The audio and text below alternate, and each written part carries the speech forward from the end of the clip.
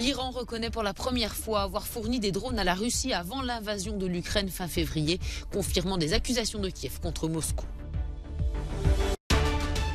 À 3 jours des élections de mi-mandat, Barack Obama et Donald Trump étaient en Pennsylvanie. Mardi, les républicains pourraient ravir la majorité au Congrès. Coup d'envoi ce dimanche de la 27e conférence de l'ONU sur le climat. Quelques 200 pays se retrouvent en Égypte pour tenter de relancer la lutte contre le changement climatique. L'Iran a reconnu samedi pour la première fois avoir fourni des drones à la Russie avant l'invasion de l'Ukraine fin février, confirmant des accusations de Kiev contre Moscou. Mais pour Volodymyr Zelensky, même en faisant cette confession, l'Iran ne dit pas tout. Le président ukrainien accuse notamment la République islamique de minimiser le nombre de drones livrés. Depuis début octobre, la Russie multiplie les attaques de drones. Le système électrique ukrainien notamment a été lourdement affecté par les frappes, laissant craindre un hiver sans électricité et sans eau.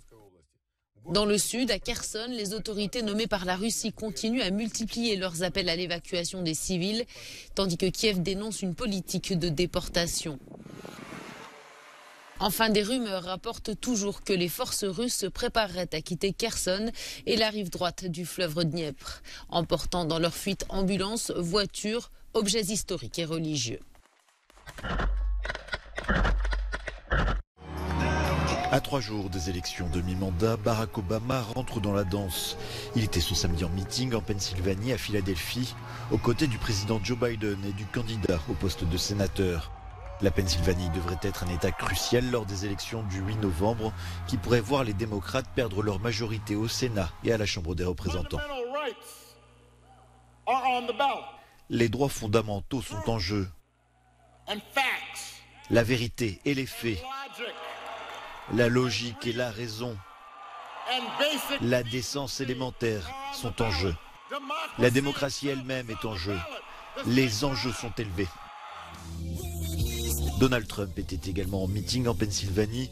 Un peu plus tôt cette semaine, il a annoncé sa possible intention de se présenter en 2024. L'ancien président maîtrise désormais l'intégralité de l'appareil républicain et la plupart des candidats aux élections de mi-mandat lui ont fait allégeance. Quelques 200 pays se retrouvent à partir de ce dimanche en Égypte pour la 27e conférence de l'ONU sur le climat. La COP27 doit tenter de relancer la lutte contre le changement climatique et il y a urgence, rappelle l'ONU. Regardez l'été que nous venons de vivre et cela, encore une fois, va au-delà des seuls pays vulnérables. La chaleur extrême, les incendies, les inondations, les sécheresses, que ce soit en Europe, en Amérique du Nord ou en Chine, les conséquences, les réalités du changement climatique et ses impacts se font sentir. Pour avoir une chance de limiter le réchauffement à 1,5 degré, objectif le plus ambitieux de l'accord de Paris, les émissions de gaz à effet de serre doivent baisser de 45% d'ici 2030. Mais les politiques menées actuellement, malgré les engagements pris à la COP26, semblent bien éloignées de l'urgence climatique. Seule une vingtaine de pays ont relevé leurs objectifs. Un hélicoptère s'est écrasé samedi dans le sud de l'Italie. 7 personnes ont été tuées.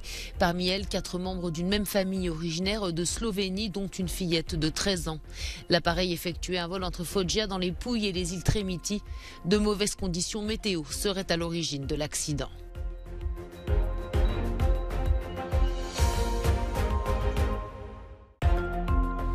Saisie record pour la police espagnole. Elle a mis la main sur 32 tonnes de cannabis, soit la plus grande saisie de cette substance au niveau international. Une vingtaine de personnes ont été arrêtées au cours de l'enquête qui s'est déroulée ces dernières semaines dans plusieurs villes d'Espagne, dont Tolède et Valence, où les trafiquants présumés stockaient la majeure partie de la marchandise. Reconstitution historique sur la place rouge à Moscou, soldats en tenue d'époque, exposition de matériel militaire soviétique. La Russie a marqué ce samedi le 81e anniversaire du défilé historique de 1941, lorsque les soldats de l'armée rouge avaient paradé devant le Kremlin avant de rejoindre la ligne de front pour combattre les troupes de l'Allemagne nazie pendant la Seconde Guerre mondiale.